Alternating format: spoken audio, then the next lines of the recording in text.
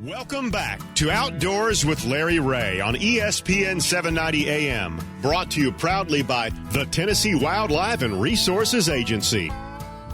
Hey, welcome back to Outdoors with Larry Ray. We are not going to let you get away, John Gordon, without doing one introduction because you're one of the top introducers on this show. So when we have you in studio straight from DU and get you up early on this Saturday morning to do about whether it's the Oracle or whatever it might be. I can't steal that. That's Frank Barton. That's Frank Barton. That's Frank Barton. Yeah. But you have other things. But anyway, good morning, everybody. Welcome back to Outdoors with Larry Ray. Ron Wong is sitting over. He's anxiously awaiting this next young guest because I'm sure that this guest has probably found out he had more cousins than he thought he did. When you win $100,000, you have friends that show up on your front door. But we're really happy to have. So why don't you welcome this next guest, Ron, because you were there last weekend in Shreveport. Got to see those guys hold that big old check. Well, I have to tell you, there was two professional crappie fishermen who are very, very good crappie fishermen. That's Jared Flock and Jeff Larch. They're both out of Arkansas. Hey. Excellent crappie fishermen. But they won the Mr. Crappie Classic Championship on the Red River there in Shreveport, Louisiana. And I have to tell you, they were absolutely ecstatic when they won. They really beat out some good people, too. I'm going to tell you, there was one, I think it was a second-place team.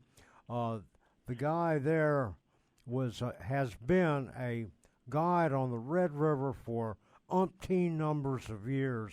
Of course, he couldn't fish it for a whole year, but that's the kind of competition they were up against. And that's Jeff Larch that we welcome in to Outdoors with Larry Ray. Good morning, Jeff.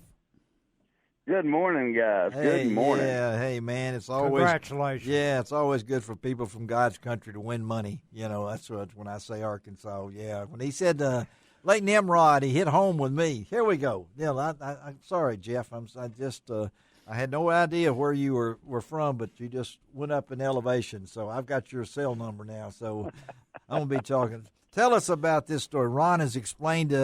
It's really remarkable the way you and your partner Jared, this plan that ended up being everybody. Ron saying running out of gas, people going 180 miles round trip. So tell our listeners out there about this 3-day event that you guys were able to really. I'm thinking. Listen to this, folks. Ron, over 35 pounds of crappie in 3 days. So that's a lot of crappie for that. Tell us about it, Jeff. River. Yeah, tell us, Jeff. Yeah, well, it's man, we're just like everybody else. We have no information to go on unless it's public domain. Yeah. Wally's really good at keeping that way, so it's just, kind of starting from scratch. And, we showed up on the river for practice, and just like everybody else, we jump in the boat and go to burning gas right out the gate.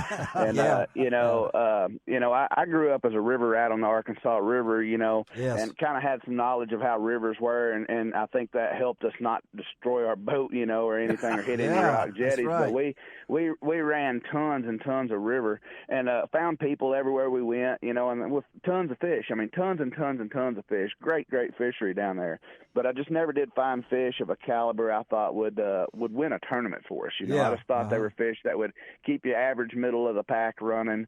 And we had 2 days of that. Day 3, same thing. And about halfway through day 3, I said, "Hey, let's head in. Let's make up some sort of other game plan here." And as we pulled back into the bay where the marina was, I told Jared, I said, "Man, let's throw the trolling motor down here and let's check this place out." And it's right in the boat lane where everybody runs first thing in the morning. Yeah. And he's like, "Man, that's crazy." And I was like, "Well, you know what? Crazy works sometimes." It does. And we went to looking around, and sure enough, there's good fish there. And I said, "Look, these fish haven't been touched by anybody all week. Everything else has been hooked 100 times. Yes. If we can get here and get 7 bites, we have a chance at making it to day 2. Yeah. And this is how we're talking. We have a chance to make it to day 2. We're not talking about we have a chance to win this thing. We're Just to get how to can that we stay alive. Yes. That's right. Yeah. So with no what we call dock talk amongst anglers, there's no way of telling what's going to be what we consider a really good stringer or just an average stringer. We don't know this. Yeah. So we go in and we fish hard, And, I think we had, 1190 day one, almost 12 pounds. Yeah. And, we're like, well, man, that'll surely get us into day two. Surely it'll get us into day two. And we don't know if this is middle of the pack, lower of the pack, or upper of the pack. And lo and behold, we got a lead with a quarter pound on day one. I'm like, that's kind of crazy. Yes. So, yeah. So you went right back at it in day two then. I mean, you kept your same. And we entered into day two with the thought of, maybe we can do it again. I don't know, because I don't think we've seen that many fish. So day two, we catch 11.5 pounds again, puts us in a 1.75 pound lead. Yeah. And so now we've got an idea that we have a chance. You have a chance. And the pressure's on now. Yeah. And you're in the top 25. You're gonna make money. So anyway. You're into that. And Jeff, you were in sight of the boat ramp. That's amazing. The all 3 days of the tournament, not one boat ever came in on you guys, other than at the very end of the tournament when people are idling around trying to get that one more fish. But tell our listeners, because this is very interesting too, how deep were you fishing? And what kind of baits were you using? This is pretty amazing, folks. Yeah, so we were fishing anywhere from 6 foot of water, even up into 4 foot of water. Okay. We fished open water, mud flats. There was sparse structure kind of scattered around. And some fish were on the structure, some were suspended, some were on the bottom. Yeah. Just a little bit of everything kind of going on. And we did have to chase some fish down to catch them. Yeah. But, wind up catching a big majority of our fish on a Charlie Brewer slider. There you go. Yeah. A crappie bait that's been in business for 51 years now. Yes. A lot of people don't know about them, but I mean, man, they're awesome. I've been using them my whole life, and that fish really wanted those. We had a 1/8 ounce Grenada Lake Tackle Company spinnerhead, and that little combination was really, really good for those fish. But the fish that only wanted to short strike those baits, we either threw a redneck rubber beaver bottom, which was a bigger profile bait, and it was kind of an aggression bite, a shock bite. We would get them to hit that bigger bait, or we would throw a 1/28 ounce hair jig that my wife ties for trout.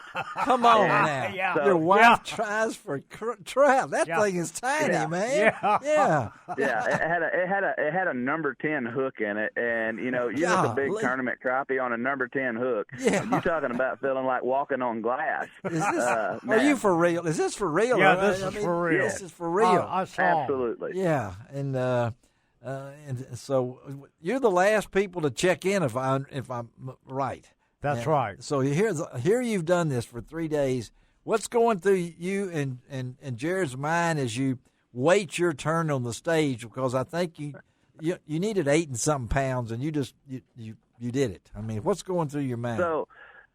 So, and it's funny, kind of precursor to stage there, all day long, as we were putting fish on the scale, Jared's doing the math in his head, and he's like, for second place to catch us, it's going to take them, they're going to have at least 9 pounds. And then we get to a point where he's like, they're going to have at least 11 pounds. Oh, well, now they're going to have 13 and a half pounds. Shut up, Jared. Come on. Yeah. And that's what I'm thinking, So anyway, we get to the stage, and of course we have a pretty good idea of what everybody has in their bags, because you see people dumping their fish out in the behind the stage there to get ready to put them in a sack to weigh them. Yeah. And as we see Wesley and Justin dump their fish out, we know Justin and Wesley had a really nice bag for that day, and man, it was super awesome to see those guys get that second place finish.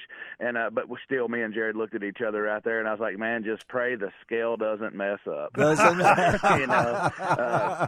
it was a really good feeling at that point, and now the nerves are there, and you're like, man, how am I going to act once I get on the stage? Am I going to faint? Right. What am I going to do? Because man, we're just redneck guys from Arkansas that we're chasing a little dream there. And you did. For something like that to happen, man, it's just it's amazing, and there's really not any words that can explain how it feels to do something like that. Well, I hope my buddy Brian Hendricks of the Arkansas Democrat-Gazette will do something on you guys. This is a great story, and I'm going to let him fill it in, because this is like a Cinderella story, folks. Again, we're talking to Jeff Larch, who he and his partner Jared walked away with that Mr. Crappie Classic championship in Absolutely. That's a lot of zeros, Jeff. I mean, that's a lot of zeros. That got a lot of cousins you didn't know about now, don't you? Yeah. So what does this what does it mean for y'all now, Jeff? I mean, this has to be something for you guys to put it in your vault of memories and things along that line. But it's got to also be a boost to your career. I mean. Oh, yeah, absolutely. You know, we're both guides. Jared guides part-time, and I do it full-time. You know, and it's going to help us definitely expand our business. And then even outside of that, just, you know, kind of going around and maybe doing some speaking and helping people that are wanting to get into the tournament fishing world and giving them words of encouragement. And you know, I mean, it's just it's overwhelming all the way around, the support from everybody that has come with this. And you know, it just goes to show you that the crappie fishing world's alive and well and growing really fast. And Jeff, you know, it's just we super got 2 cool minutes here, Rob. Right. Jeff, have you ever been on the Red River, or was this your first time being on the Red River to crappie fish? Yes, sir. First time to ever be on it at all. Oh my gosh! Well, tell our listeners that before we let you go. You got a guide service. Can people? Are you going to give that up, or can people still book some trips with you? How do you get in touch with you? Talk about that real quick. So you can get us on Facebook at River Valley Fishing and Tours. Although it says River Valley, we do guides statewide, so we travel around and fish several different lakes. Great, We fish Lake Millwood, yes. Blue Mountain, Nimrod. So you can reach out to us there, and we'll be more than happy to get you in the boat and take you out and catch some big old crappie. Man, if I went to Nimrod with you, I got so many great memories of Nimrod. Yeah, that's not too far from Marlton, right? I mean, is it pretty close to Marlton? Yeah. It's it's not too far. Russellville's close. Yes, Russellville's close. Yeah. Hey, Ron, we got to make a trip over there with Jeff. Let's go. We'll go fishing with Jeff one day and talk to him. All right, Jeff. Thank you, buddy. We appreciate it. Again, congratulations, and to you and Jared. Yeah, keep rolling. And when I need some money, I'll call you. All right, man. All right. Yes, sir. All right. Sir. Thank you. Have a great day. All right. All right, let's take a break on Outdoors with Larry Ray. Switch gears and go combat, not pro football, not pro basketball. Bass fishing. High school bass fishing. We'll be right back.